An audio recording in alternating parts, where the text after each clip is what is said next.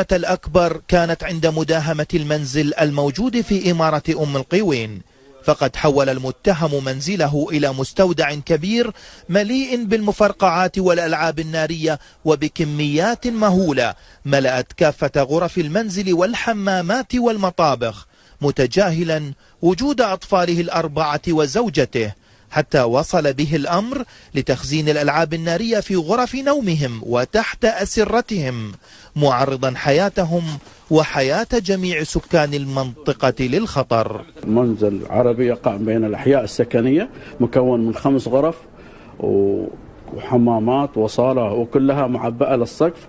رغم أن الأطفال يوجد عند 4 أطفال وأسرة وعائلة ينامون في نفس المنزل، وكانوا ينامون تحت في الأرض، وكانت وجود الكراتين وهي المواد الخطرة على السرير. فهذه الكميات ممكن تنسف فريق كامل أو